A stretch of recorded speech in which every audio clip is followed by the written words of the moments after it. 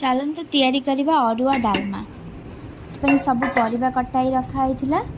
एबे कुकर रे किछि पानी दबा से सब परिबा पकई सारला परे धोईकी रखिथिबा बुट डाली हरड़ डाली आ मुग डाली को पकेइबा।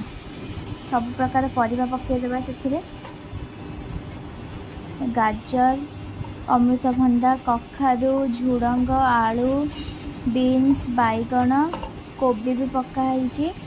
शेष में बंतर कदली पकेबा जोटा कि काटिकी हलदी पानी रे कला न होगापाई बतुराई रखाई। किसी टमाटर पकईदबा अदा और कंचा लंका दबा हेले भल बास्ना आसब।